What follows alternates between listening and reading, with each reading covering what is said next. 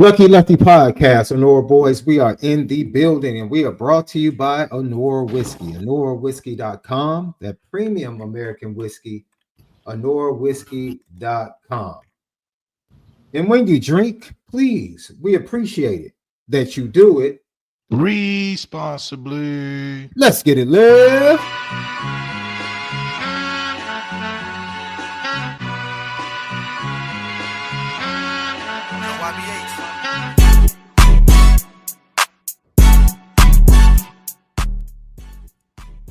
Lucky Lefty Podcast. I am Shaun Davis, SD2 Mics, that dude, the original Lucky Lefty himself. We are brought to you by Honora Whiskey, HonoraWhiskey.com, that premium American whiskey, HonoraWhiskey.com. You can follow us on social media, Instagram, X, TikTok at Lucky Lefty Pod.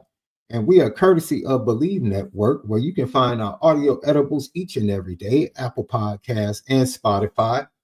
And of course, as always, we are presented by FanDuel, FanDuel.com.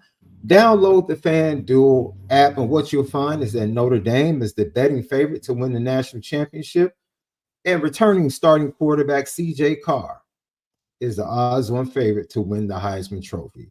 You can find that and much more over at FanDuel, FanDuel.com. Download the FanDuel app. Left, how you feeling, bro? Another day, another dollar. Just grateful, grateful to just still be here rocking, man, and making things happen. And, sports is getting good, so everything's in the right place. Hey, man, let me apologize on air because I was talking trash to Left about his Miami, Ohio Redhawks. And then I go and watch my Fight in the Illini blow two 15-point leads in each half. They go up 15 in the first half. They lead by 6 at half. They go up by 15 in the second half, and they lose by 3 in overtime. It's just despicable. Literally, I say this in all sincerity, in all seriousness. Literally, we have the Brian Kelly of college basketball as a head coach. Wow. Flat out. We have the Brian Kelly. He will tell you, and fans will tell you, how he has resuscitated the program, what the program was before him when John Gross got there. They'll tell you about all the wins, the most regular season wins out of any other Big Ten team in the last 6 years. They'll tell you all the stats. This year, we got the number one Ken Palm, number one offense in the country, this, that. They suck. They suck. They are still, since he's gotten there, he has had one team advance with a chance, true chance to make it to the Final Four. One team. And that was the Terrence Shannon group a couple of years back. It's just, bro, I can't do it, man. I can't do it. I already went through Brian Kelly, bro. I have to go through this on the basketball side as well. It's just too much, man. It's too much for me, man. And I knew they reeled me in, right? Because remember early on this year when you asked me about them, I said I told you the reasons why I didn't believe in them. And I just let them reel me in. Your mic okay? Yeah, your mic is acting up.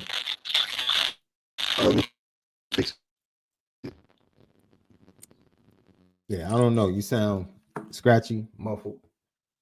Let's see. Today we're going to great interview. If you guys haven't checked it out, Marcus Freeman was on 3 with JD Piquel, and they talked about a lot of topics.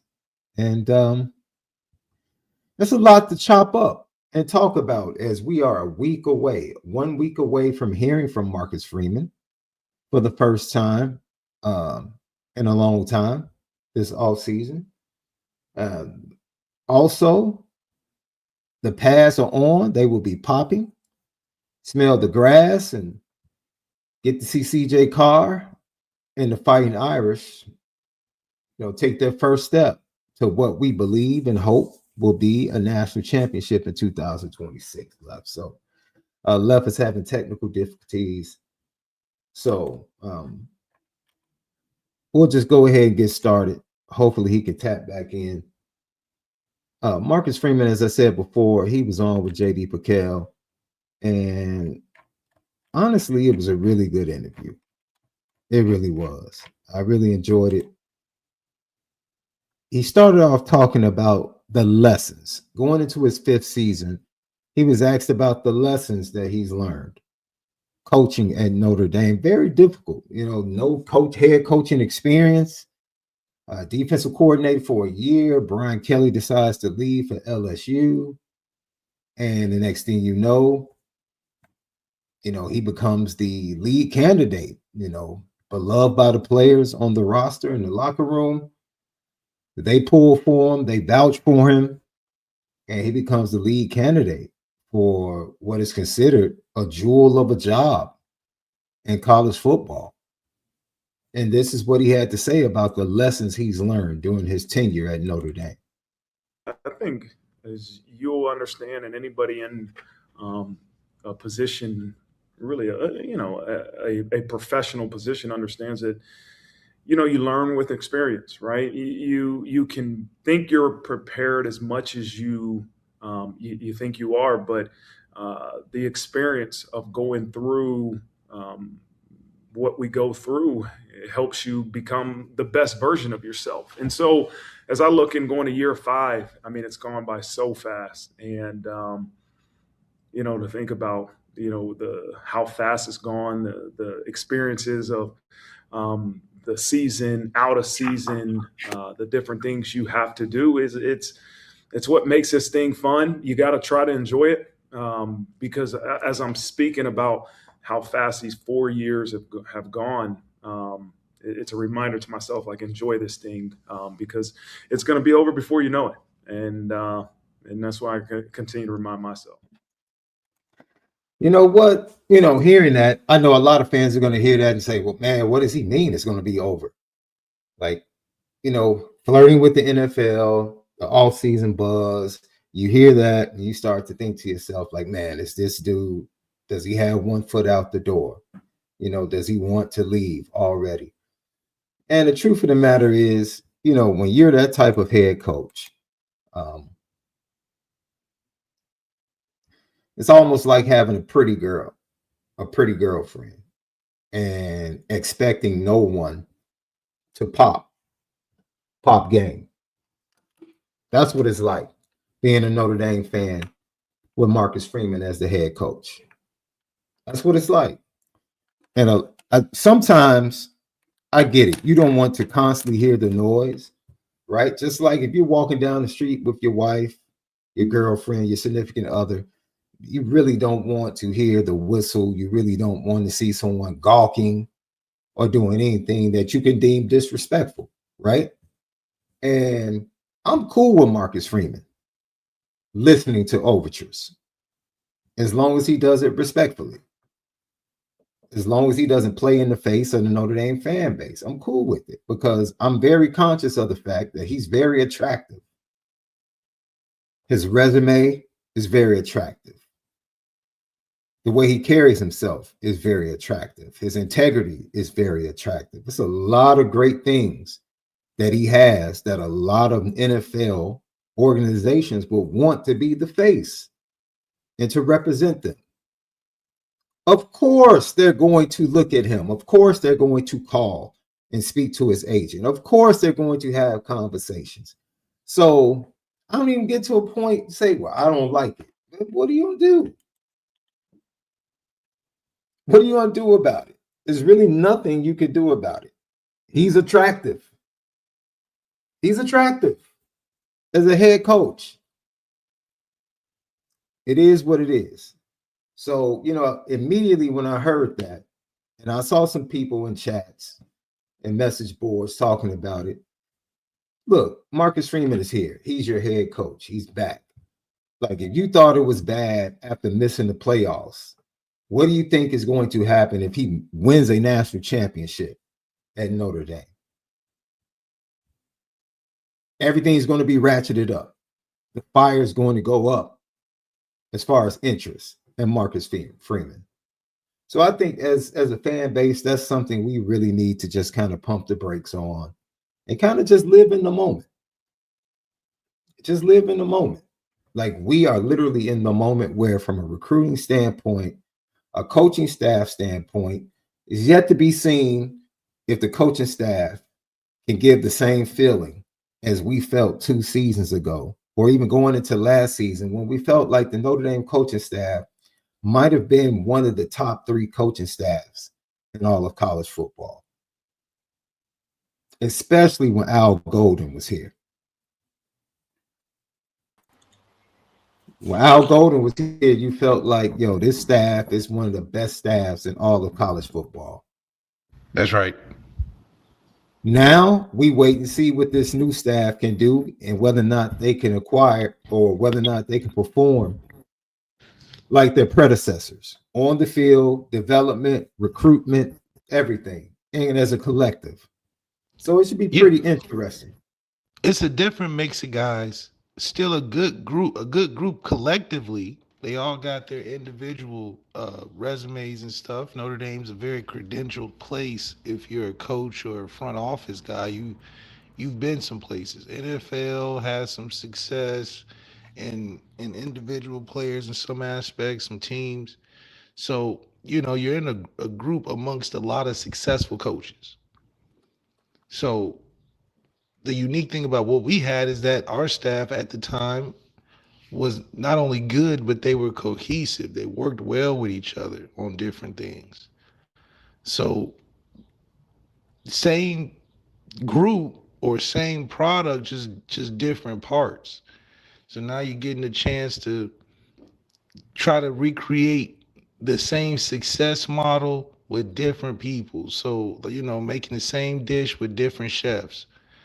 All these chefs have a Michelin star, been places, this and that, but can they make this dish this particular way?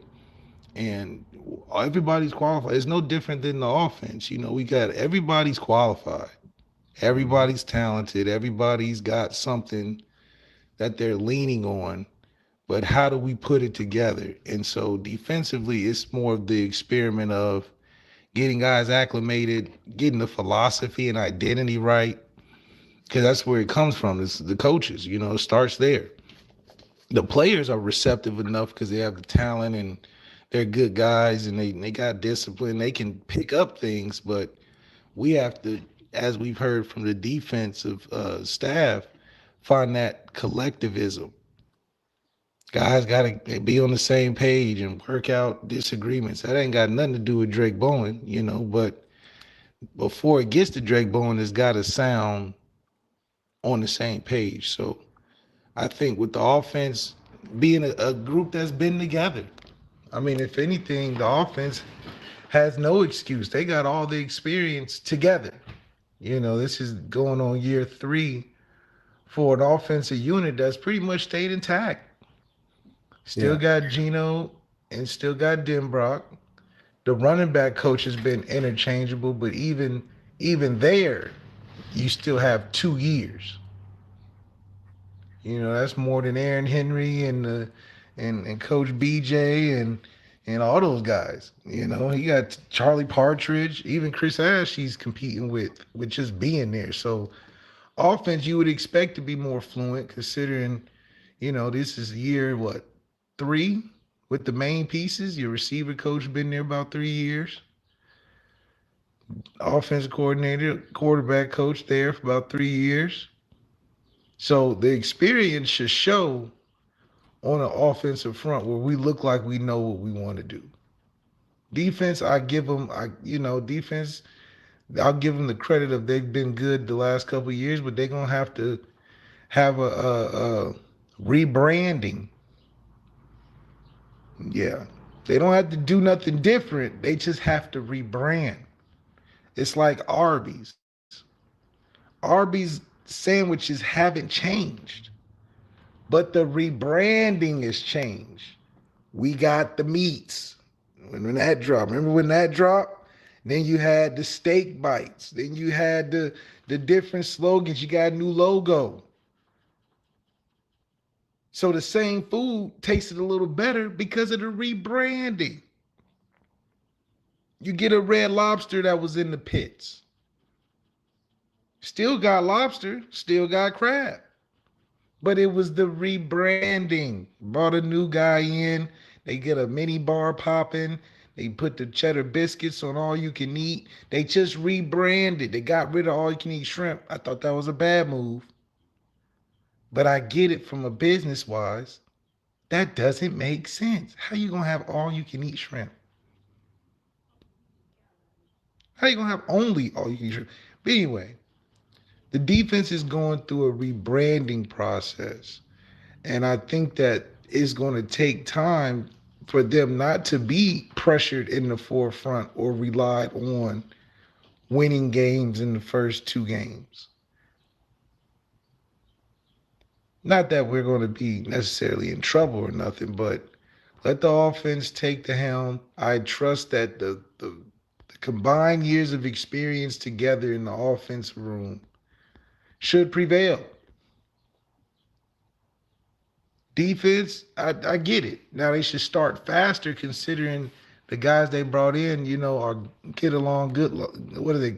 Go along to get along crowd? Chris Ash brought his boys in. He brought the cavalry, so things should move faster. But, they still got to relay that message. The message offensively should be what it is. We got to go out there, score 40 points. We got a Heisman quarterback, and we got to throw the football. We got to replace those 2 running backs. That's it. Find a number 1 receiver. I mean, that's exciting when you talk about it, right? Defensively, you're a little more apprehensive. You're like, we got some good dudes, Leonard Moore, Don, you got Drayk, Carr. But you don't know what we're going to look like. Exactly. What are we going to look like? Are we coming out super aggressive? I don't know. That's Marcus Freeman's identity. Physical, fast, tough. Do we mix the two? Do we try to keep some man principles and pressure, but apply some zone and 4-man rush? I don't know. Lucky Lefty podcast. Marcus Freeman then went on after talking about the lessons he's learned. He talked about having his starting quarterback returning for the first time during his tenure. This is what he had to say. You can find ways to take the stress of who's going to be your starting quarterback and you put stress levels in other areas. And so it's exciting. My first time to have a returning starting quarterback and both coordinators return, all 3 coordinators, a special teams coordinator. And that there's a level of comfort knowing who they are as people, knowing the schemes, knowing who CJ Carr is, and the work ethic that he puts in and that our coaches put in. And so there's a level of confidence. We still have to continue to do the work. Every year you gain this talent, right? Some of it was here previously. Some new coaches, new players, and how do you continue to mold this talent to become this year's football team? And so they're all on spring break right now. We'll get back here on Sunday, and we got to get to work. Yeah, you got to be, fluid in transition. You got guys leaving, guys coming in, guys getting adjusted. This is a part of the season that's, it's not as organized as, you hitting fall camp or the first week of the season. So you're just trying to get some footing. Guys coming from spring break, some trained, some hung out. They not ready yet. Guys still moving in, asking where the North Dining Hall is. And it's cold outside. I mean, this is a time of regrouping. So Marcus Freeman, he's not worried. He's like, we get these guys back. We're going to be off and working. But when we get back, we will be working. And that's great. I think the work needs to be more niche. We need to be less, cinematic about things and just more detailed. You know, what is Francis Brew gonna look like with a 4 down, maybe a 3 down? Is he rushing? Is he 3 tech? What are we doing? What is the role of Bryant Young this year? What's he doing? Is a young guy gonna make an impact? What about these transfers? The DeForest Buckner look-alike. What's that gonna look like? Where does that fit in? So these are the questions you want to go in with, and it's exciting because I think it builds a team that's limitless in potential, yet we still got to find that formula. So I think this is what the spring is about. Especially find a backup quarterback. That's not talked about, but we don't even know. You know what I mean? We don't even know. Well, yeah, that's probably going all the way into the fall. Unless Yeah, I mean it's no pressure, but geez, we don't even the Gerhardt guy hadn't even took a lot of snaps or anything, so he the he been heavy in the books. who? I don't know why I call that man Gerhardt. 15. What's 15's name? You talking about Herbert? Herbert. See, Herbert Gerhardt. Hubert. See, he got to make a name for himself this spring. Lucky Lefty Podcast.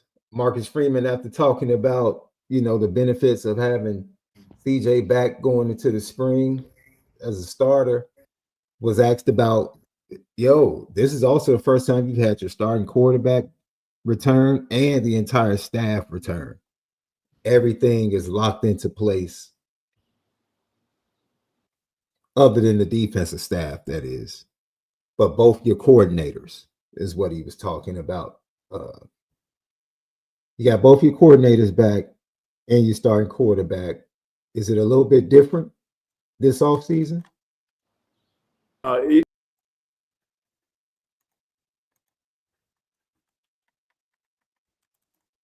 Because, I think every year before this, you were either spending time with a certain side of the ball trying to make sure we understand, hey, what's the new scheme? You're sitting here saying, how are we going to script practice to get enough reps for this quarterback competition? Every year is different, but this one's different, right? In that I don't need to go spend a whole bunch of time figuring out what we're doing on offense, defense, special teams, because the coordinators are back.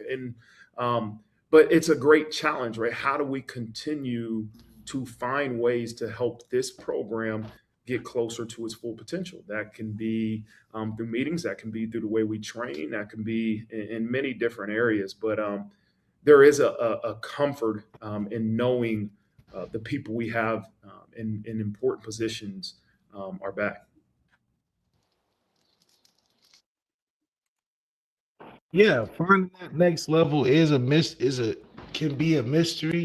I think it goes to what is the purpose and your goals of the season. I mean, like you said, it's like it could be in weightlifting, it could be in our training, it can be in our habits, but when you're looking for that 1% better, it's not obvious.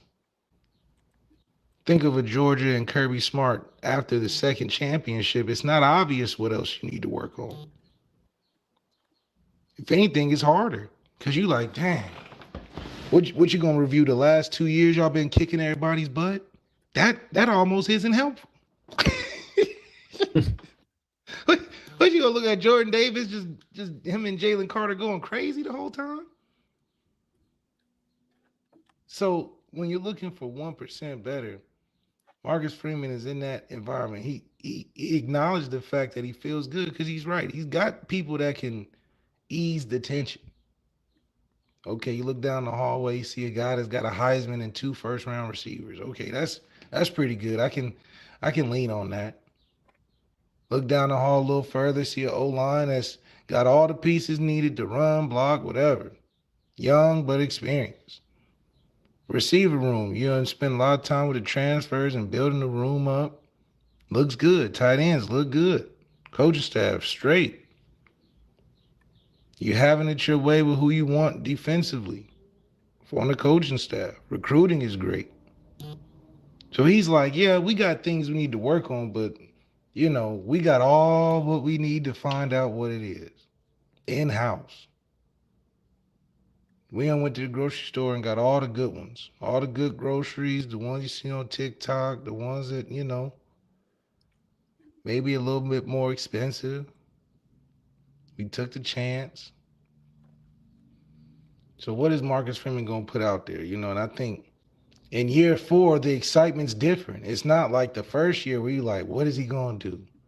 Man, It's like when Obama first got into the office, it was like, can do no wrong. What is it going to look like? Second year, get close. Third year, you do it.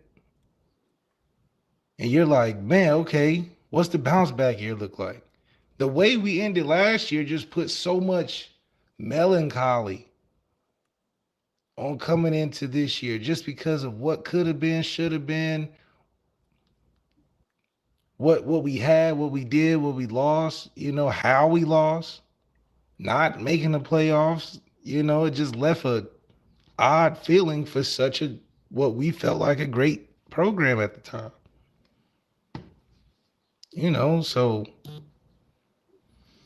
we're excited, but I think this is more focused on the goal this year. It's like, yeah, we've had the season where we were supposed to win it all in the regular season. So that's not, we're not experiencing that for the first time. Mm-hmm. So when you beating on teams early on, you're not overly excited about it because you've been there. And you don't got a Miami and a Texas A&M first 2 games. You just don't. So, hopefully the stars align for us. Yeah, I think having everybody back, just goes along with the pressure for this off season. I think everything is going to be pressurized. And I'm very interested in how this team is going to handle it, especially at the beginning of the season. Because look, Marcus Freeman, we can be honest about it. Marcus Freeman really hasn't done well. His teams haven't done well to start seasons. They haven't gotten off the good starts. So, like you said, they don't have a Texas A&M and a Miami to motivate them through fall camp, spring camp. The motivation, it has to be internal. It has to come from the leadership. It has to come from Drayk Bowen. It has to come from CJ Carr. Like, you have to do whatever you have to do to muster that thing up, get it at an all-time high going through the spring, because you don't want to try to build the expectations up or build everything during fall camp. You want to go into fall camp. Already the standard has already been set. Like, yo, we were at a fever pitch in spring. Like, almost they had to like tell us to go home. Like, go take your finals and go home, take a month off and come back. Like, force us out the gym. Force us out the locker room. Like, I want them that focused and locked in. To whereas they don't even want, of course, physically, everybody wants a break, but just mentally and emotionally, it's like, man, they can't wait to get back to it, which will lead to good habits when they go away. They'll be training, whether they go home, whether or not they stay on campus. They'll find time to meet up, train together. And now, you're right. That was the desired result by not doing the bowl game. That was a play that set forth the starting the season fast next year. From a mentality standpoint, and it's not like you said, not like we're like you can't amp yourself enough like you could if you came out playing Miami. Yeah. So this is like purely internal motivation that y'all believe this is the year. I mean, that's the only thing that's going to sustain you until you face something like possibly Miami late in the season or, but then it's too late. You got to have that fight. Like you said, he hasn't been great at starting the beginning of the season. for what now, in my opinion, is because he ain't had his quarterback. You starting every year with a new guy. Thank goodness the defense was good. You Right. know what I mean? Like that's like going in not knowing what you're doing every time. It's not his fault. It's just I don't believe we'll start slow this year. You know, and so the environment is set to where it's not like it's North Carolina. Where how is that a good environment to get better in? How do you got so much scandal going on, different than we don't got what Michigan got going on. They still got stuff going on. So things aren't affecting the offseason where I can say, oh, well, this took away from us getting better. I think we're ready. I think we're ready. Lucky Lefty podcast. So after he talked about that, then he was asked about how long do you hold on to last year? Like, when do you talk to your guys about that? And I want to ask the LL question of the day. He's talked about it multiple times, Left, about holding that pain from being left out of the college football playoffs for this team. But is there a certain point in the offseason? I'm going to play this clip and then I'll let you answer it, Left. Is there a certain point where you have to let it go? Like, all right, that can't be the motivation for why we do what we do. We got it now. We got it. We've gotten everything and pulled everything out of that piece of fruit. We squeezed every bit of juice out of that orange. Now it's time to move on and grab hold to what we're going to do in 2026. When he was asked about that, this is what he had to say. I think the way we use that is to not waste it, right? To not just blame somebody else for the situation that we were in. And I believe, like, you sleep in the bed you make. The God is fair, right? And we left out. We left out. So don't blame somebody else for the situation that we were in, and know that, hey, we got to remember that as we continue to prepare for this year. There's certain times you pull that out, you remind them of the pain of that situation in that moment. But it's just a reminder that, hey, that we have to leave no doubt. In order to do that, you got to leave no doubt today. You have to leave no doubt in this moment that you're doing the necessary things to be the best version of yourself. And that means we are trying to be the best version of a team that we can be. And so, it's just every once in a while you reach back, but I think it's just a reminder to embrace the moment you're in. Like, that's how great things to me occur, is that it's an accumulation of winning these moments. And to win these moments, you got to be in the moment. You'll hear me say that all the time. And when you're in the moment, you choose to struggle, right? You choose to struggle no matter if it's mentally, physically. Like, if you don't struggle, you're not going to improve. And so, me even talking about what happened from your question is a reminder for me to continue to win these moments that you have right in front of you. Yeah. I mean, I'll be Left. He sounds frustrated even talking about it. Yeah, you get tired of it. I think, especially in the football sense of things, every year is a new year. So, like, you almost don't hold on to the pain of last year using the same philosophy of you don't hold on to the wins after 24 hours either.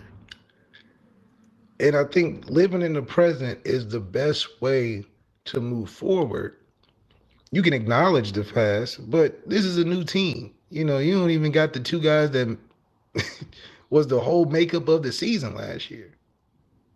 So it's the messaging isn't preaching to the right guys. I mean, they're gonna look around the Oregon dude gonna be like, leave no doubt. I mean, yeah, but I wasn't here for that. I don't have the pain. So every year you gotta update your resume. I think leave no doubt is good just in general. just as a principle, it's like no different than saying don't let the refs decide the game. You gotta go out there and win outright. But if anything, the messaging is finish, start fast and finish. Because technically we didn't finish or start fast last year.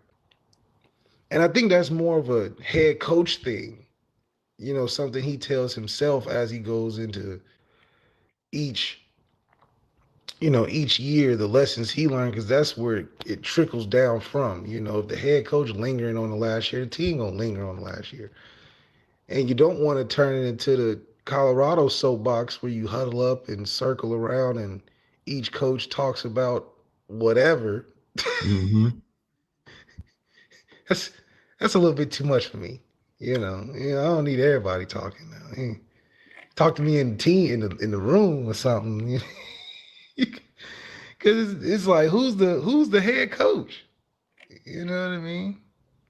Who's the head coach? So It's funny because he talked about, about a month ago during this interview that he kind of used that whole, harking back to the pain, understanding, what it feels and grasping the moments that are right in front of you.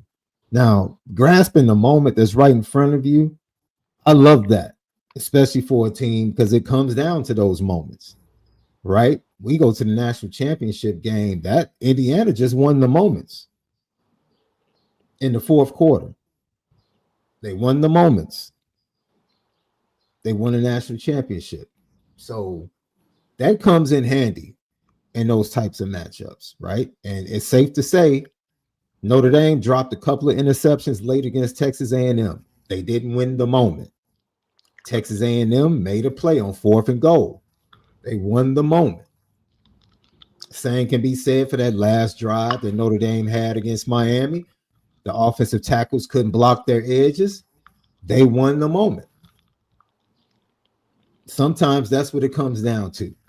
Being able to take care of that moment after you have bludgeoned each other for 59 minutes or 58 minutes. Who can win these last 2 minutes offensively or defensively? And at that point in 2026, no one's thinking about the pain of 2025. yeah, I mean, In by the that time moment, by the time the ball snaps on or kicks off on the first game this year, it's gonna be over with. I need it to be over with once they look. I would prefer for it to be over once they break camp in the spring. Okay, Like that's fair. Yeah, you use the spring to get all of that out of you. yeah, like winter conditioning, that whole thing. Now, it was one thing he said that it was just weird. He was like, I think JD Piquel asked him, like, with all the transfers and the recruits coming in, like, how do you deal with that leave no doubt mantra based upon last year? And he was like, even if you're a transfer, we want you to feel that pain. I'm like, they had nothing to do with that. They don't know Yeah, anything Quincy about Porter that and Miles Graham, they not thinking nothing about no pain. Cause you gotta at think, all. they came from winning programs. Dude, they were in the semifinals. They talking about pain. We don't know too much about that because we used to winning. We used to winning. So in my opinion, I think it's a perfect opportunity, you know, for the mix of why a new team is important. You get two guys from Ohio State, been in the winning culture. Their value can add to the identity of what you're building for this year. I mean, you almost can't be saying those type of messaging with what you're trying to build and who you brought in. They not trying to hear that. Mm-hmm.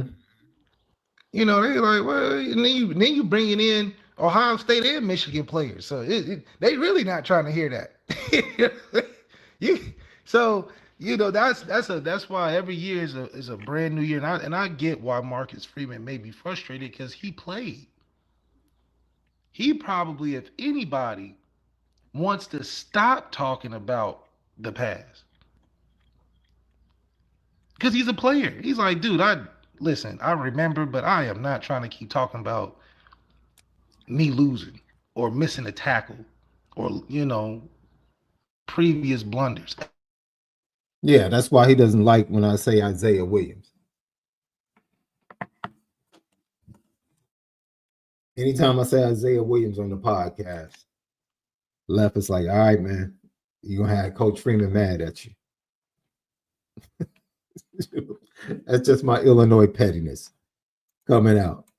Lucky Lefty Podcast. Brought to you by Honora Whiskey, HonoraWhiskey.com. That premium American whiskey, HonoraWhiskey.com. Subscribe to us on YouTube. Hit that thumbs up. It helps with the views. Share. Let everybody know about Lucky Lefty Podcast. I'm Shaun Davis. The original Lucky Lefty himself, Malik ZAIRE. Follow us. X, TikTok, Instagram at Lucky Lefty Pod. And we are courtesy of Bleav Network. Go to Bleav Network on Apple Podcasts and Spotify. Get all of our audio, shows, breakdowns, everything.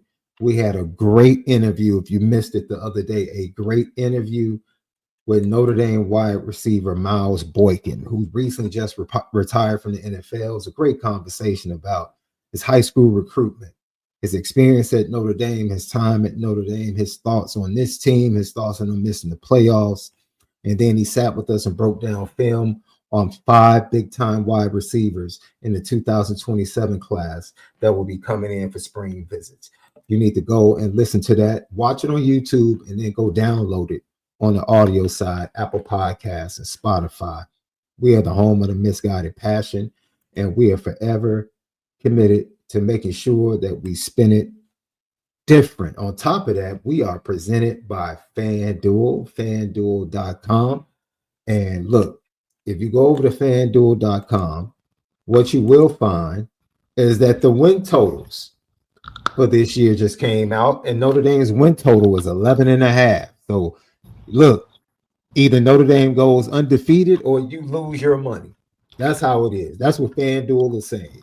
Notre Dame goes undefeated or you lose your money. And the win totals for their opponents is up. This is the win total for the opponents. And it's not impressive, to say the least. Yeah, I mean, it's not. I mean, we don't know, man. We don't know what these guys are going to look like. Okay, let's talk about it. Of course, the top 3 teams we knew would be Miami, BYU, and SMU on the schedule. Yes. Miami's win total is 10.5. I'm taking the under on that. BYU, 8.5.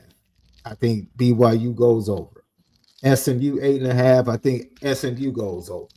Now, out of the remaining 6 teams, Wisconsin at 6.5, Michigan State at 3.5, Purdue at 3.5, North Carolina at 4.5, Boston College at 3.5, and Syracuse at 4.5. Who is going to be the team that gives Notre Dame that game? Like that game you and Miles Boykin talked about. Like every year it's just one team where you're sitting there in the middle of the game, like this game shouldn't even be close.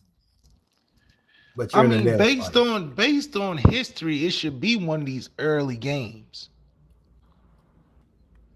Maybe a Michigan State under Pat Fitzgerald. Maybe Luke Fickell's figured it out at Wisconsin. Maybe Bill Belichick is actually Bill Belichick. I don't know. I think that because of the transfer portal, you might catch a team that gets hot. Syracuse was good in the first 4 games of the season. Syracuse was good, and you go on the road. So I'm more concerned with, what we look like. We keep talking about what are we going to look like when we come out there. That's just so extremely important because of a situation like this. This is like almost a trap schedule. Because not only do we look at these numbers and feel good, everybody that judges us thinks these teams are terrible because they think we're so much better. So they're really not even judging these teams that we're playing because they think we're that good. So they don't know if a Wisconsin going to really be nice. They don't even count on it. People that aren't Notre Dame look at this schedule and don't count on any of these teams being good. So that's what makes it sneaky. Because if any of these games are close because they think that none of these teams are good, then there's something wrong with us. It ain't got nothing to do with them being good, which makes it a cop out. So it's like we can't be good enough, and these teams can't be good enough either. So we have to blow all these teams out to validate the unreasonable expectation that this schedule was easy. Now, do I think that we should? I think that as a program, we are built better than 95% of these programs at this juncture. But this is transfer college football. Illinois is a stronghold in the Big Ten because of the transfer portal. What's saying Luke Fickell can't figure it out this year? I mean, he knows Marcus Freeman pretty well. You know, sometimes it comes to style. If that's been your homeboy growing up, he know all your secrets and what you like, don't like. That Wisconsin game can be more difficult than it should be. Mm. And these Big Ten teams are just so hard to judge. They play good against the big bad SEC, but they look terrible against each other on a regular Saturday at noon. And then they play out of conference, and then it's convoluted. So I feel good that we should win. The 11, I would call us. I would say it's about right. I would say I wouldn't. What's the over? I mean, how do you get up 0.5 and over? No, if it's either below 11.5 or above 11.5. Like I said, if Notre Dame doesn't go undefeated, you lose. If you bet the over. Simple as that. Okay, that's how it's set up. Okay, I did. Okay, man. Yeah, you can't lose a game. It's like that sucks. I mean, basically, they're saying Miami is the game. They look at this schedule and say their only chance to lose is Miami. The only legitimate they will be favored. Vegas has already said that Notre Dame will be favored in every game, every single game. Miami is the only legitimate shot to lose a game. So that is the game. That is the game for bettors to go out as winners or as losers. And you can find losing Miami though put us in the same position as last year where we might not make the playoffs going undefeated outside of that? I mean, I wouldn't lose the game. I'll just leave it at that. I don't think one loss will keep them out, but hey, we've seen it before. You know how they like to treat Notre Dame. Right, I mean, like we can't, like we shouldn't lose a game. However, college football is more even.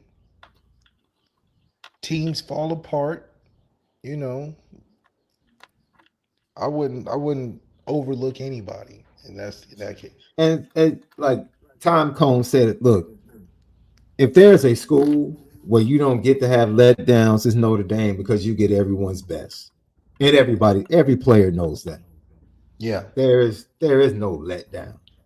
Notre Dame they didn't lose to Texas A&M because of a letdown. They didn't lose to Miami because of a letdown. They didn't play their best against Purdue, and they still beat Purdue by like 20-something, almost 30. They dominated Boise State, and they played maybe a C-plus game. Like the program's to a point where a letdown is still beating teams by 20 points. It's just if you want to perceive them not playing their best as a letdown. It's like out of a 12-game schedule, people would look at us so much different, even if we just had one championship. Yeah. Because, I mean, we're really being picky. We don't even play those type of games with Ohio State and we let Bama off the hook when they lost their 5 games. Because, you know, we're the most consistent team without a championship. If that means anything. Like, we're the winningest non-championship program around. We don't Hey, have the years see, like that's Michigan that where Brian we Kelly have stuff. 2 good years and fall off. We're I not don't want like to. the Miami that can have a good season and fall off. We're in the conversation more than anybody every year outside of Georgia. And Georgia's years started in what was 5-year run so far, 6-year run. I think in the last 5 years, Oregon has probably had more wins. More wins? No. Yeah. What are you What talking is about? what is Oregon was a Dude, Marcus first Freeman round lost. exit. Oregon Marcus was a Freeman first round lost exit 3 the first games term. his first year. What are you talking about? How many games is Dan Lanning? Because he's lost more games of significance than Marcus Freeman. We didn't say about the significance. You said most consistent. That means total Okay, body so of work. between us and Oregon, Marcus it's not Freeman the has been to same. one playoff, right? He's been to one college football Oh man, playoff, yeah, here we correct? go with that again. Here we go with that again. Oregon the last 5 years. That's such a that's why it's 10. like No, 2025 season's so stupid. No, Stop. that's No, crazy. no. You said this. You said we've been the most consistent team without a championship. I'm just bringing up numbers. There has not been a season where Oregon has not won double-digit games in the last 5 years. Notre Dame has a season under Marcus Freeman where they did not win 10 games. They've been to 2 playoffs. Marcus Freeman and Notre Dame has been to 1. I mean, we're splitting hairs here. We're not splitting hairs. Well, how is it splitting hairs? You said definitively Notre Dame is the best team. Well, I was in throwing in the recent college outside, football. Ohio State is in there, Georgia's in there. But we're saying of non-championship teams, it's us and Oregon, I guess, but we've been further than Oregon has. Yes. Which would, in my mind, make us a better program. I mean, we beat them in recruiting. Not every year. Your point stands, But though. we're still talking As far about as us being or one of the one top other teams. team. There's only one other team. And that's it, including the teams that have won one or whatever. That's still, we're in the top 5. Us, Oregon, Bama, Ohio State, and you throw in whoever you want. Yeah, because everybody else, Bama's won 1, Georgia's won 1, Michigan's won 1, Ohio State's won. Everybody else has won a championship. That's what I'm saying. That's what I'm like. So it's not like, I don't know. So I Obviously, think we should be tired of being in that group and should want to join the group of Georgia, Right. Alabama, Exactly. Michigan, and Ohio State. I agree. So It's you like can we're find at the table, but we ain't getting a big piece of chicken. Yeah. Basically, you can find the win totals over at FanDuel for college football. FanDuel.com. Download the FanDuel app. All right, let's get to some more from Marcus Freeman.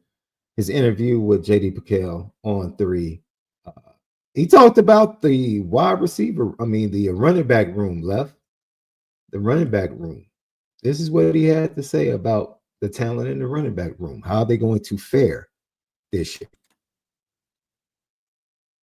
In my 4 years, listen, we've always prided ourselves on being able to run the ball, all the way from the Kyron Williams when I was a defense coordinator to the Audric Estime to the JD Price and Jay Love, and we'll continue to be able to run the ball. We have to run the ball, and it starts up front. We got a really good offensive line coming back, but here's what I'll tell you, JD, is that, like, if you look at the body of work of Aeneas Williams, the plays he was in last year, the last 2 years, he's been very productive, right? And he might have not played as much as those other 2 guys, but when he was in there, he was very productive, made some big plays for us. And it's a reminder, like, before the world sees what our guys do on Saturday, they earn the respect and trust of their teammates and coaches in practice. And we have three guys with Keedron Young and Nolan James coming back that have been here previously. And then you got some freshmen that'll be here that have done a good job in the spring. And so those guys earn the trust of their teammates and coaches way before they're thrust into the national spotlight. But there's a lot of confidence I have in that entire room and what they're going to be able to do.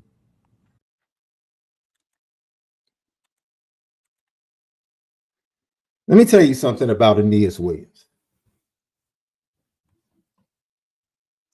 I think explosiveness can be attributed to Aeneas Williams.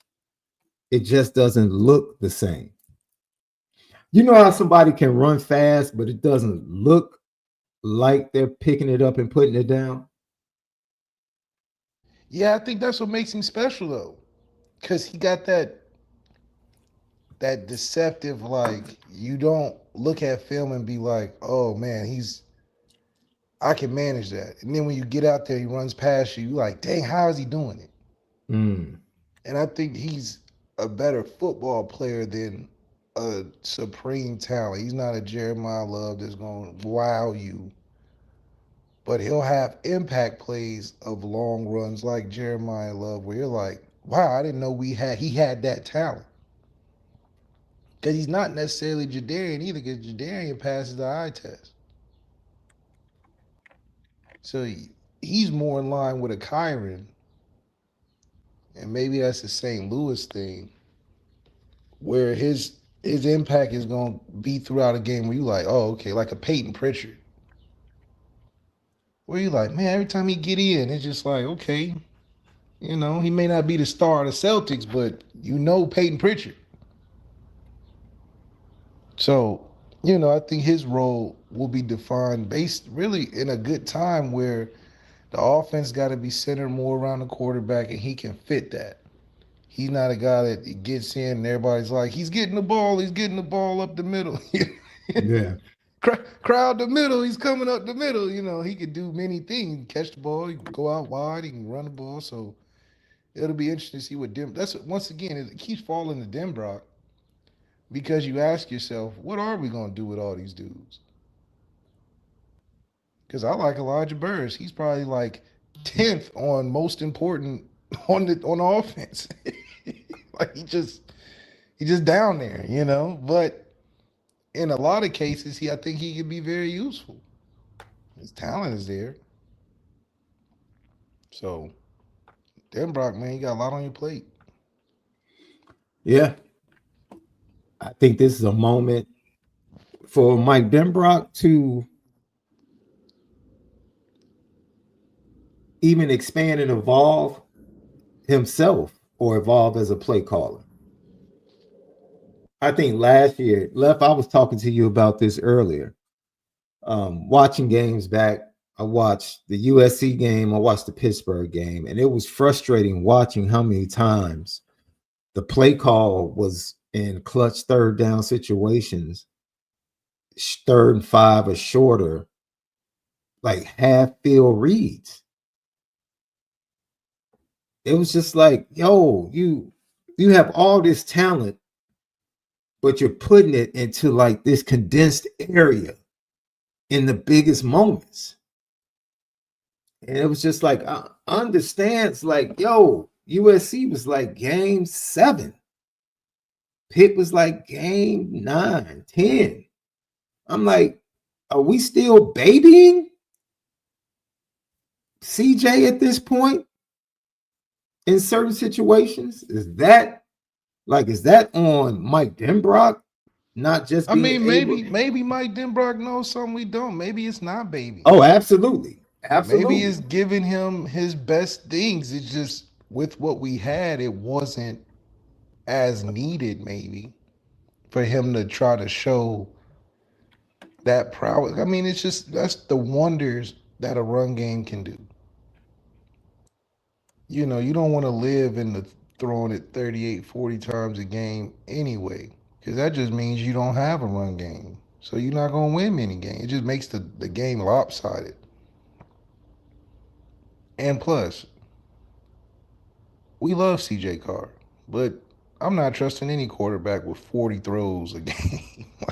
No, Like, what are we talking about? So I no. don't think Denbrock's gonna overload him in that aspect. He'll have a higher number of reps though. I think he'll float around 28, 30. If we got to get stretched out a little bit, I think he'll put the game in his hands. But I think he should challenge CJ more this year. I think we ran a lot of comfortable things for CJ last year because it just complemented our strength. I don't think Denbrock saw CJ as the strength of what made us go, which is fine. But he most definitely is a strength this year. So can you flip the switch? I mean, he got 2,500 yards chilling, throwing one-on-ones and wide open passes. Do we have a threat to get that same look? I don't know. We saw USC. They didn't give us that look. Yeah. So I don't know. I mean, that's a small sample size. But the way we call plays, I mean, it didn't help CJ either. You know what I mean? So it's not like it was just all him not being excellent. I think there was some apprehension on some side, and then there was some, I think that USC game kind of gave, because you could see Denbrock lighting CJ up on the sideline multiple times against USC. Yeah. Like, you can't throw that interception. What are you doing? You can't miss that throw on this third down. There's just so many things in that game that may have just put Mike Denbrock in a position to feel like he needs to hit pause. Like you said, maybe he feels like he's like, look, CJ got to execute perfect because I don't trust his off schedule stuff. He doesn't have off schedule. Well, yeah, so you really on CJ. Last year he didn't.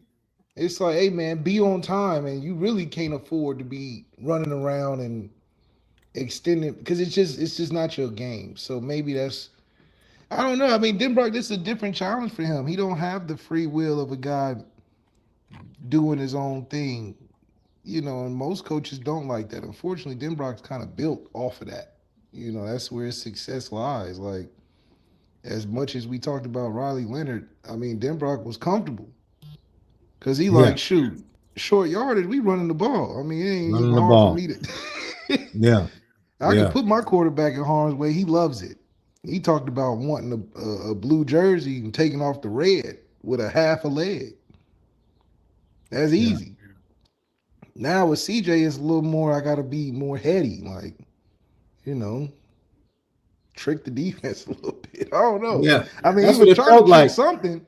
That's what it felt like on third downs last year. He was trying to trick a lot on third and short. I'm like, CJ can't be that bad. Or he'll just be like, you know what, CJ, you're going to pick it up. So it's like, hit your head against the wall or look crazy trying to come up with something cute. It's like, what about just running your offense? You know what I mean? Just run the offense. Now, we had a couple of fourth down misses against Pitt, down close to the goal line. That was just like, I don't even know if I put that on CJ. That play call was just right. It's just like what can he really do in that call? First of all, because the call has to be. This is what I mean, love. It's just where he was in his development. If the play call is not, if it doesn't work the way you scheme it up, because there are other players on the field trying to stop it that have watched film. Right, yeah, it ain't gonna be perfect. That know your tendencies. It's almost like they got to a point where, they get third and short, and it's like, all right, if this play call isn't run perfectly and it doesn't open up the way we think it's going to open, then what? Yeah. Then what? There's no one. It's not like Riley Leonard. You can just scramble, go pick up the first, go pick up 5, 6, 7. This 31 ain't right. It's dead. We tackled dead. And I think that's just the nuance and what you have to give up when you chose this quarterback. I really think it would be hard pressed for me to think that Denbrock, if Kenny Pickett was having packages and short yardage, Kenny Kenny who? would be lined up at the receiver spot. Kenny who? Kenny would be taking the running back side blocking thing. Kenny would be running the ball on 3rd and 1. You call that dude Kenny Pickett, bro? Oh, Kenny, golly. Kenny Minchie, man. Good grief. If we had Kenny Minchie, I'm just 100% positive he wouldn't be motioning out to receiver and lead blocking. Like, he wouldn't be doing all that. And I just think that shows where Denbrock's got to grow in understanding the talent of your quarterback. You know what I mean? Like, you just... Because Marcus Freeman's just going to be like, it's 1 yard, why we can't pick it up? You know what I mean? That's all he going to be thinking. Denbrock, like, man, is more complicated than that, because we can easily pick it up with CJ, but then we got to think, okay, we still got 60 more yards to go. And he took about 3 or 4 hits at 185. You know what I mean? He's just like, it's not good math. It's the second quarter. You know what I mean? Like, what? So if anything, I'm thinking Denbrock's in a predicament of, I can't be taking a lot of hits with CJ this season, especially early on. The running backs, can we line it up and just run right straight up ahead? Because we tried the whole play action on short and we weren't fooling anybody. So now we rolling out on 3rd and 1, 12 yards deep in the backfield. Yeah. And then we so funny, we throw it out of bounds or something. Like, what are we doing? Like, and see, this Tom Cone, this is not 1995. This is not 2005. Like, dude, you only get 2 seasons in college football. Quarterbacks don't play for 3-4 years anymore. This CJ not trying to play that long. If CJ comes back for a 3rd season, if I knew right now that CJ Carr was coming back for a 3rd season, I would honestly say, what the heck happened in his second year? Yeah, what happened? I would say that. What happened in his second year? Now, that's me being based upon, see, this is where it's amazing, bro. Because they heap all of these expectations. Remember when everybody was heaping expectations on CJ? Yeah. And I kept saying, stop doing that. Stop doing that. They thought, he's like Trevor Lawrence. Our Trevor Lawrence. You should see him in bowl preparation. You should see him in this. You should see him in that. And it's like, yo, relax. Let the kid develop. And there were several people covering the program, like, they didn't want to hear that. Like, he's just the next one. But now he needs 2 years to get. First of all, he's been in the program for 3 years. Yeah, he ain't getting old. Yeah, it's not like this is his 3rd year. Last year was the only excuse. He's 3rd year in the program, 2nd year as a starter. Like, we need him to be a starter for 3 seasons? Man, come on, man. You got people starting for 1 year. They paying kids $4 million out of high school. So you got people dude.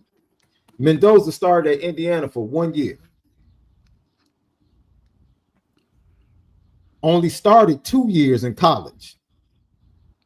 Yeah. Cal, Indiana.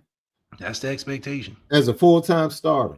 And none of those seasons was you chilling, handing the ball off. No.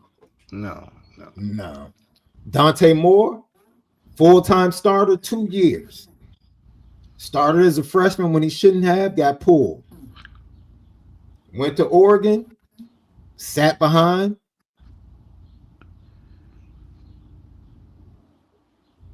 First year starting. Next year will be his 2nd year. Dante Moore's not going back to Oregon. No. After this year.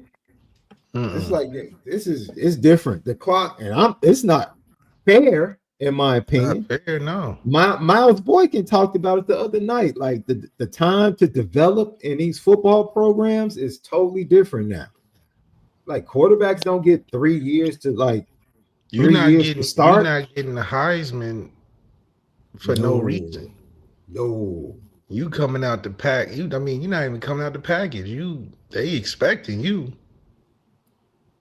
And the expectation alone makes the season different. But it really comes down to decision making, and his decision making efficiency and importance is in value is 10 times greater than last year. Because from the simple understanding that your expectation is to win us the game. And people don't understand that. When you don't have the expectation to win the game, is your expectation not to lose the game. Man, that's easy. Yeah. Just go in there, do what's on the sheet. Hand the ball off. Don't lose the football. And shoot, if we get 3 and out, that's okay. Yeah. That's okay. We ain't tripping. We ain't looking to you to say go down there 2 minutes and win. That wasn't the thing, It's like Denbrock was like, all right, we're gonna give you this knock it out the park, this one-on-one post. We done ran him into the dirt. It's time for the post. Here we go. Yeah. That's smooth. That's a smooth job. But when they say, okay, that was good. Now this year, we're gonna need you to we gonna need you to be the guy. Yeah. So now, hey, ain't no handing it off. That's gonna get us 2 yards. Yeah. now the expectation, they looking at you and they like, hey, we need a touchdown out of this. I know it ain't easy. They hitting you a lot. Yeah. But we need a touchdown out of this, CJ. 3 and out is not good enough. You know what? It's crazy because look, Jimmy Clausen, you're making our point. Jimmy Clausen, first of all, CJ Carr is not Jimmy Clausen. No, he came in as a true freshman doing his thing. So that's a bad comparison. And like I said, this is not 2005. No, the era is totally different. You don't get 3 years to develop like you did in 2005. That's literally what I said. You gotta win 3 years to stay in. Like Stetson, literally what I said. Trinidad Chambliss, you gotta be effective to start 3 years. Gunnar Stockton. It's like, dude, that's the Jimmy Clausen's a much better thrower of the football when he got to Notre Dame. Jimmy Clausen came in them saying he's supposed to win. He was like, he did Heisman, the limo ride, everything. I mean, that was. Jimmy had a little bit of a ego problem. Of course, a few other problems, but Jimmy, look, that's what I said. Stop. This is why you can't heap all of these flowers on this kid, and then you realize, oh, he has to go through some bumps and bruises. Yes, that's why you should not have jumped out there so quick and should have just kept quiet and let him play and develop. That's it. Let him play and develop. And now we're to the point where he's going to have some issues in his second year. Nah, bro. No, don't do that.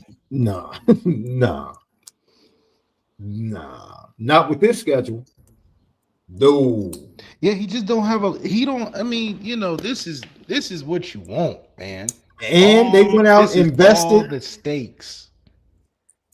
All the stakes. They're like, dominant offensive line. Supposed to be an elite offensive line. Great coaching. Deep running back room. Heisman coordinator. And they went and got receivers in the portal, receivers in recruiting, and you got Faison and Greathouse coming back. Nah, bro. Nah, yeah. With a schedule that's 8 of the games are less than 500 wins. Like, come on, man. Time Cone, you're losing this argument. Once again, Fernando Mendoza started as a full-time starter 2 years. He played as a full-time starter 2 years. This will be CJ's second year as a full-time starter. Dante Moore is going to his second year as a full-time starter. He's never played an entire. Julian Sane is going into his second year as a full-time Trinidad starter. Chambliss. Everybody. This is everybody's second year. Absolutely. Like, stop making excuses. It is what it is. He's a second-year starter at quarterback.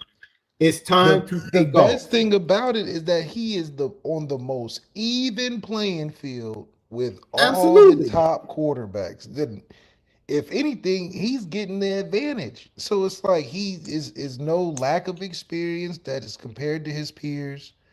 There's no lack of spotlight. There's no lack of anything. He is on the most even plane to rise his stock everything's in his destiny. And him, Julian Sane,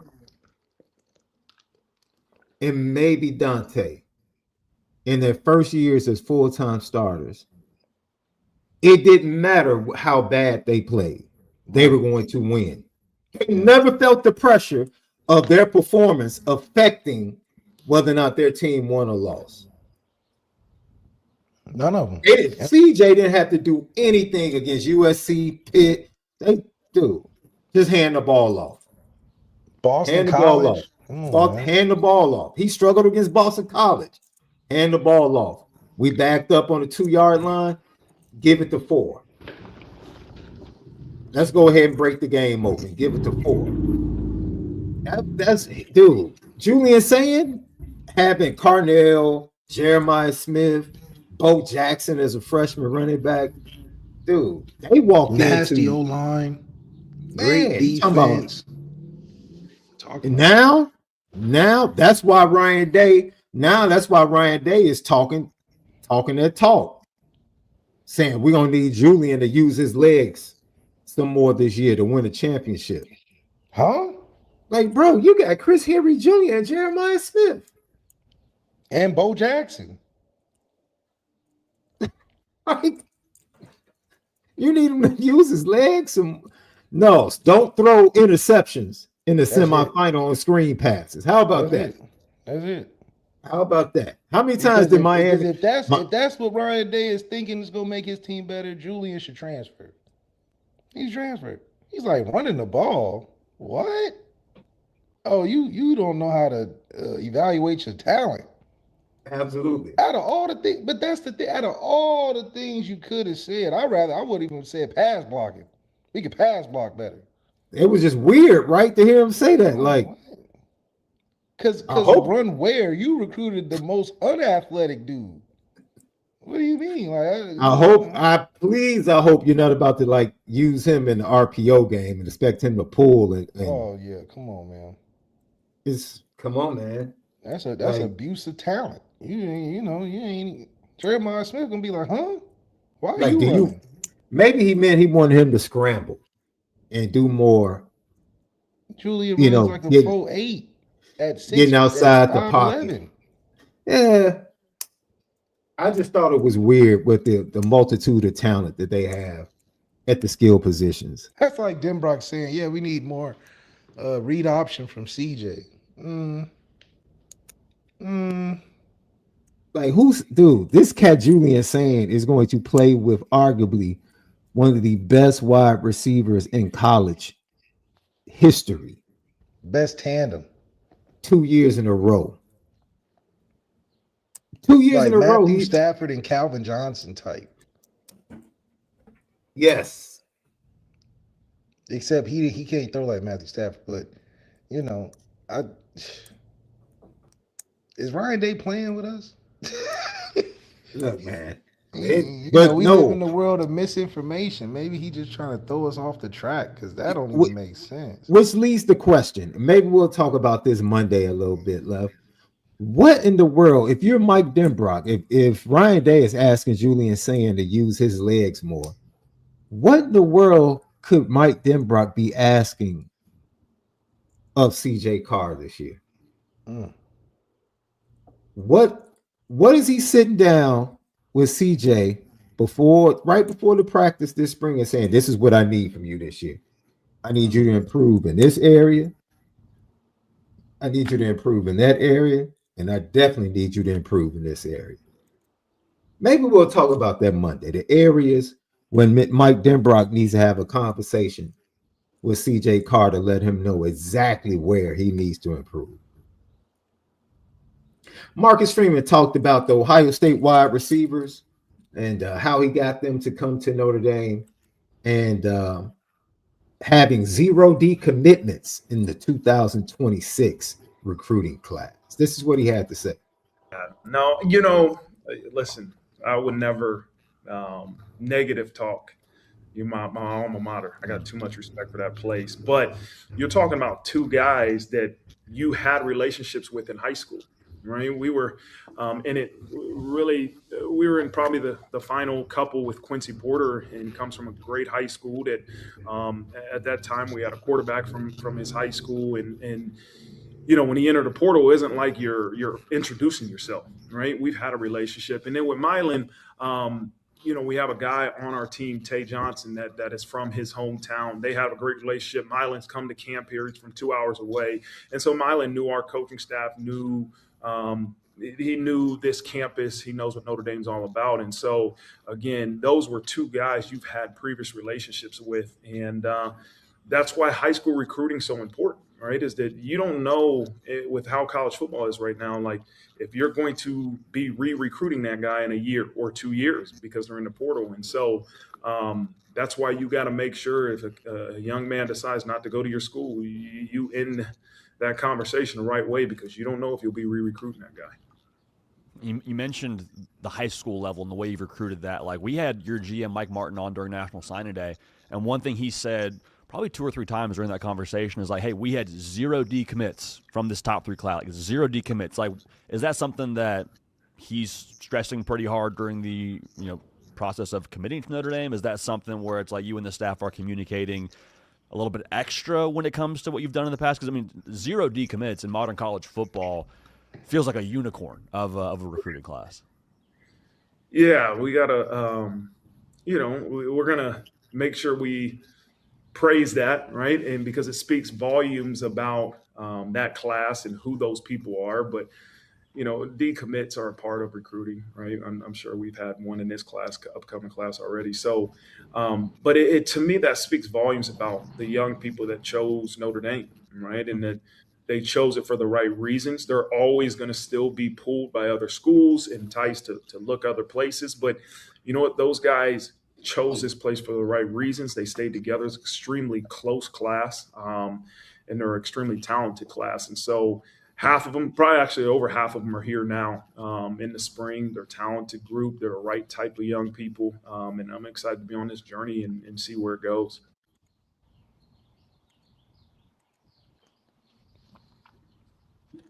Look, you didn't go out and get those 2 wide receivers. I guarantee you, like you said, or like he said, there was a relationship that pre-existed the portal in recruiting. I'm sure CJ Carr was used by Marcus Freeman as a valuable tool in conversations as to why they should leave Ohio State to come to Notre Dame. And they and CJ need to live up to, or it would be great if both Milan Graham, Quincy Porter, along with CJ Carr, elevated the passing game. I'll say it that way. Right. It would be nice if they elevated the passing game.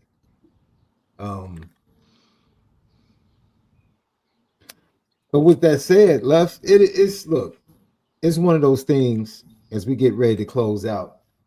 Great show today, everybody. We thank you for joining us. No decommitments and they lost a lot in the portal, a lot more this year than normal. But I'll say this: it was impressive to have no decommitments, and I think that's come to them learning. Because sometimes they were jumping out on kids without doing their due diligence of whether or not those young men are truly a Notre Dame fit, only to get all the way into the summer and you've wasted time, resources, energy on a kid that really never had Notre Dame at the top of their list. And you're finding this out on the official visit. And I think those type of things happened the first 2 years, or you just didn't properly read the way things were going at a certain point to get off the train early enough to go ahead and move on to an option 1A, or option 1B or option 2. So I think Notre Dame has done an incredible job learning that. I think they've also done an incredible job of making sure that they establish community. Like I said, they got off to a great start because they had finished the 26 class up before the start of the season. And they did such a great job that the game day visits were all about 27 and 28 kids. Right. And so now you have the 27 kids coming out. They've been giving out the offers. They didn't wait for March 17th to give out the 27 offers. The 28 offers. They started doing that back in January. So now who knows what March 17th is going to be if they indeed still use it to dominate national recruiting on that day like they have in the past. So they're ahead. They're much further ahead than what they were. And I think that's what's going to give them the ability to eventually hold on to their class 27, and not have decommitments once again. Marcus Freeman talking about the NFL and also talking about the USC rivalry, two things that he's tired of really hearing. This is what he had to say. Yeah, definitely the USC rivalry. Like, let's let that thing go. It'll get back here before we know it. Like I think I said in my last press conference, listen, you don't have to win or lose the argument and whose fault it is that we're not playing anymore. I said, I got a big enough shoulder to put the blame on me. But that's a rivalry, hopefully, that we get figured out here soon.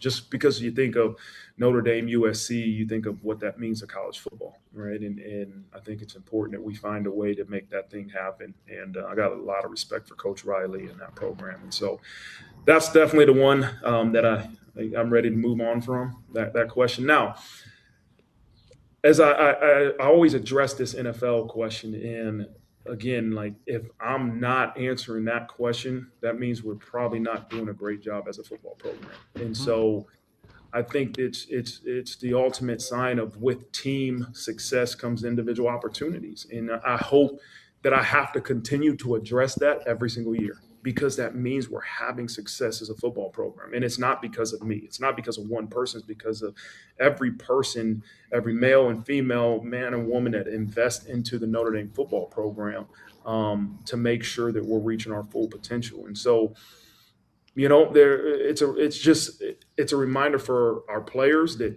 again, if we continue to be obsessed with team success, right, and to do what's best for the team, individual opportunities will come. Right? Individual praise, individual rewards will come, but don't be obsessed with individual glory. It's about the team. And if we do that and put ourselves in the right situation, these type of opportunities will come. And so I'll tell you what, like, this is such a special place. The people, the support, the love for Notre Dame, the love for this university, but the love for this football program. And again, man, like, this is something I have a lot of gratitude for, but a place I'm going to be for a long time, man. Well, I'm glad to hear that he is positive on the prospects of the USC rivalry once again being picked up. USC thought that he was slick. They tried to get Notre Dame early in the season, seeing that Notre Dame is a team under Marcus Freeman that gets better throughout the season, that normally gets off the slow starts. Pick game, piece game.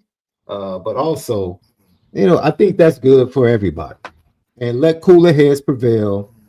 Let USC finally get their footing in the Big Ten, and maybe they'll build up enough courage and sign enough players in each class. Maybe they can sign 37 more players in this class in 2027 to get their roster to a point to where they can compete and maybe feel confident enough to kind of step on the same field with Notre Dame. Because right now it's a mismatch. Right now it's an absolute mismatch. That's just where it is. They know it. They know it. It is what it is. As far as the NFL left, like I said, he's Marcus Freeman is an attractive girlfriend. You got an attractive girlfriend, people are gonna whistle. They're gonna whistle at her. They're gonna try to holler at her. They're gonna try to speak game. It is what it is. What are you gonna get mad? He gonna play into it. I mean, because it's overwhelming, so he can't downplay it necessarily. He just like the pretty girl never denies the attention. She may not give it the full thing, but she always gonna say thank you. Yeah, like he giggled. All right, teams come at him. That's what happened. He giggled like thank you and said thank you. You mad? The price of a baddie. That's what happens when you got a baddie. Absolutely. GTB questions on the way out. Left. Jay Melvin says, Left, we are a king without a crown. About right. Yeah, Sly Fox. What's up, Sly Fox? With all the talent in the Chicago area, over the next 2 to 3 cycles, how do you think Notre Dame would do convincing them to stay home and be Irish? It's not about convincing them to stay home. Chicago kids now really see themselves. For a long time, there were only a few kids because the technology and the coaching has gotten so much better in Chicago. Chicago kids actually view themselves on the same level as kids from the South and kids out West. Yeah. They actually view themselves as that. You would get a few every now and then, but now I'm talking about overall. Like the team, Mount Carmel feels like they can go out to California and play with anybody. They can go down. They can go to Ohio and play with anybody. Whoa! They did it. They went to Ohio. Anybody. They feel like they can go to Ohio and play with anybody. Well, that's good. That's good confidence. Who do you want us to play with? We'll play them. That's the confidence now. So it's not about convincing them to stay home. It's about convincing them that you can develop them. Like their mentality is totally different. Can you develop me? I'm trying to develop. I'm trying to win games, and I'm trying to put up numbers. And don't try to lowball me just because I'm 70 miles away. Don't try to lowball me on my value either. All of that plays a part. It's a different game, man. It's a different game. Of course, all of those kids would love to be close to home, love to have their loved ones come to every game. But I mean, with these gas prices, they might really consider it. Notre Dame has to come correct. Notre Dame has to be willing to do the most. Yeah, they got to grind it out. You got Miami up here buying condos. Got alumni sales. They activate, telling people to call. All right, I need you to call this kid. I need you to fly in for this visit. Like it's real in Chicago. Ohio State and Michigan already have their flag planted. Notre Dame's gonna have to grind it out. They're gonna have to grind it out and put in the work. It's not. Right. It is what it is. That's where it is now. Sean the Left, do you guys think ND is more hated than ever due to the Josh Pate most hated team list? Also, Left, I love your stand against ND hate. Yeah. No, I mean Josh Pate got his own thing going on. I just think Notre Dame is the way that it's a difference between what people hate on us for and then what other college teams are hated for. People hate on us genuinely, in my opinion, because of how we move.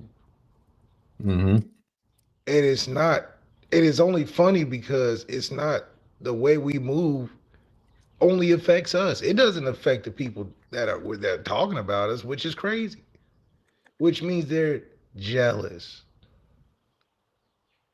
it's love and hate at the same time. They love that we're able to schedule our own games and make all the money and be independent. They love that. They just hate it when we do it because they can't do it. See, that's a different hate than having a hate for a team that plays dirty or they cheat like Michigan or, they do nefarious things that aren't highlighting the glory of college football. For us, we just be making business moves that people admire, but then look around and be like, I wish that was us. See, that's a different type of hate. When you hate on Michigan for cheating after they fraudulently had a season where you thought it was authentic, see, that's what causes people to hate your team. And then your ringleader gets to skip out the back window and get to the NFL. That causes some hate. I get it. But Notre Dame doesn't do that stuff. That's why I fight back against the hate, because I'm like, y'all hate us out of love. So that's the difference. Yeah. Look.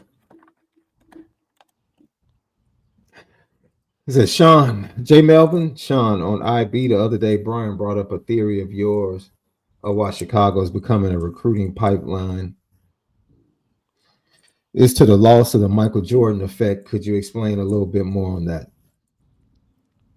Well, it's not a theory, it's the truth. Like, society has changed all over the world, especially Chicago. Chicago was a city where nobody played football. Kids didn't play football in the neighborhood. It was not like Ohio. It wasn't like Florida. It wasn't like Texas. You went outside and you hooped all day.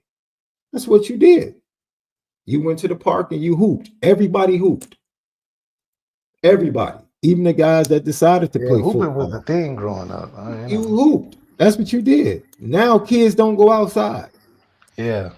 They go to LA Fitness or trainers. So they go to trainers or they... And that's a disparity because they don't even hoop for fun. They hooping, Yeah.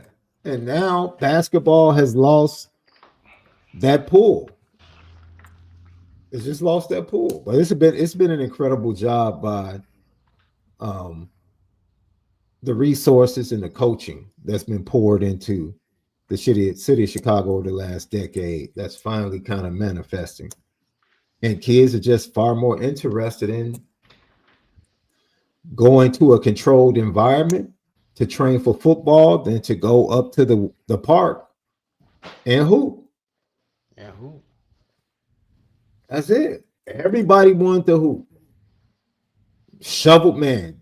Get the shovel the driveway. We're still hooping.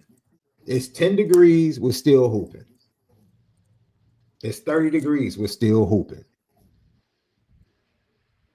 That's it. During the summer, we're going up to Fernwood Park or going up to Lakeshore Drive in the lake to hoop. That was it. You hooped. Now, that Michael Jordan effect is gone. The golden era of Jabari Parker, Derrick Rose, and all of those dudes that were coming through,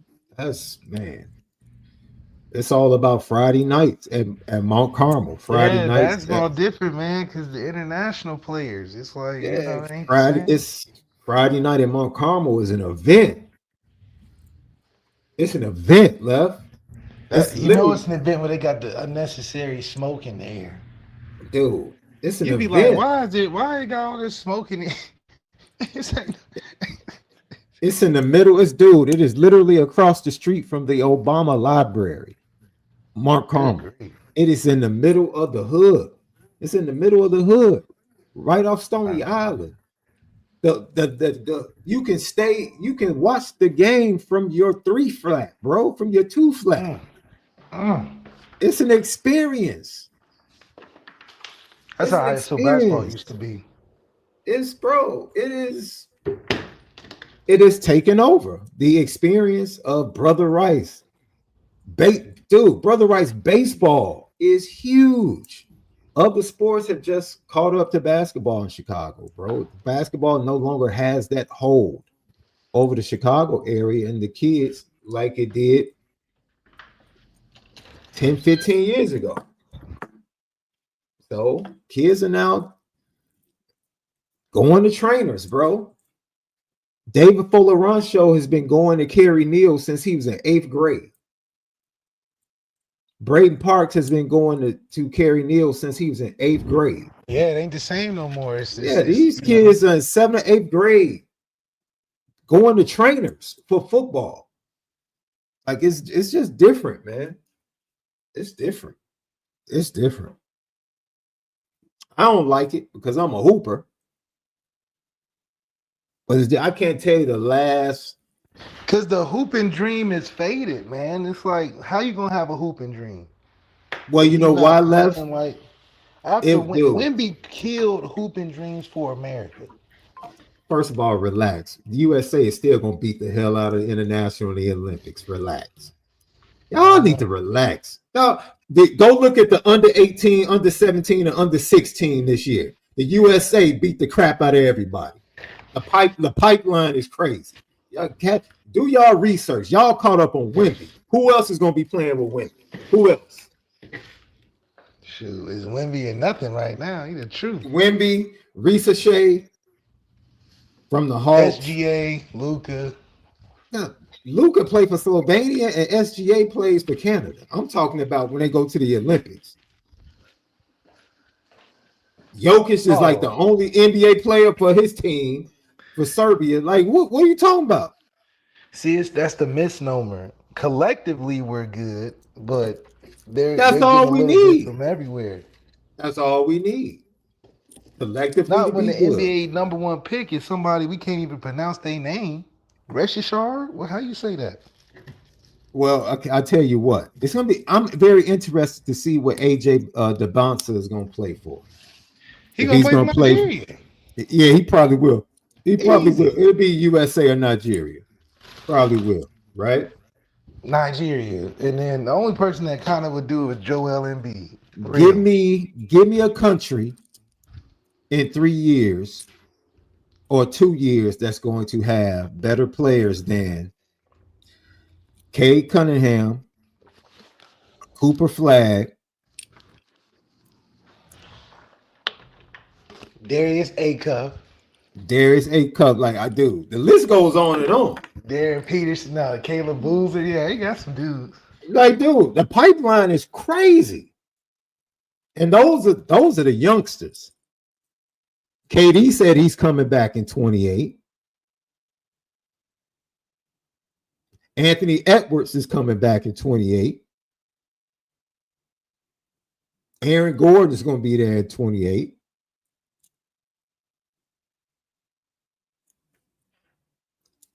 Jalen Duren is going to be there at 28. LaMelo might be there at 28. Knipple might be there at 28.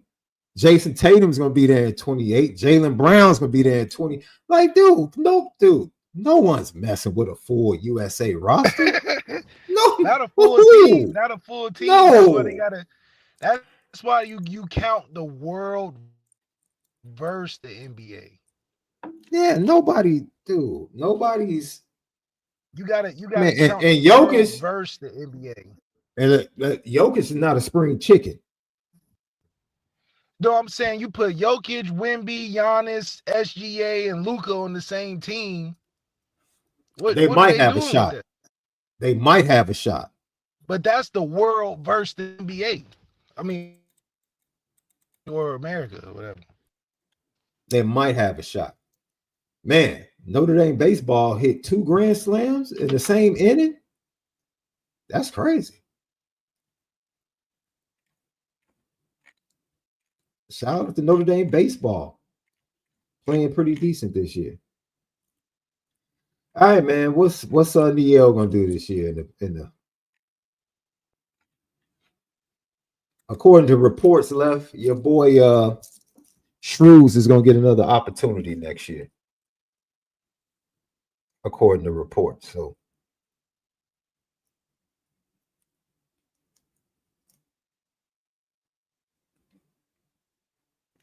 All right, ladies and gentlemen, have a great weekend. Tap in, Bleav Network, Apple Podcast, Spotify, presented by FanDuel. Subscribe, hit that thumbs up. Helps with the views. We'll be back Monday.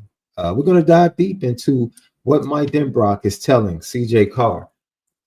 What he's telling CJ Carr to improve upon this year. But left, SD2 mics, have a great weekend. Continue to love each other, but most of all, make sure you spin it different. Spin it different.